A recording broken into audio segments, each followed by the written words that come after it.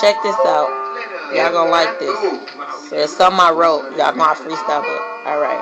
Ain't gonna hold y'all. Check it out. Here we go. Alright.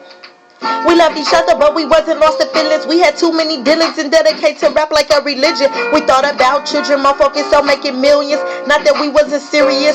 We was determined to keep us in and reach a level that didn't have a limit. So we can drown in abundance, our family swim in it. We wouldn't have to rent. We wanna buy the own and be the king and queen.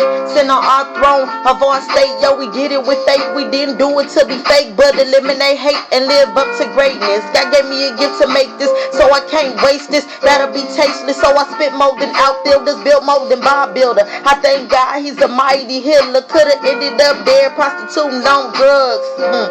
Instead I'm rapping in this mug.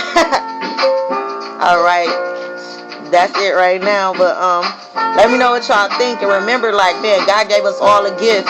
We all got potential to do whatever we want to do. I'm telling you, you can make it. You will make it. I'm gonna make it. We all gonna make it. We gonna eat and we gonna thank God, and he gonna just make us grow better and better.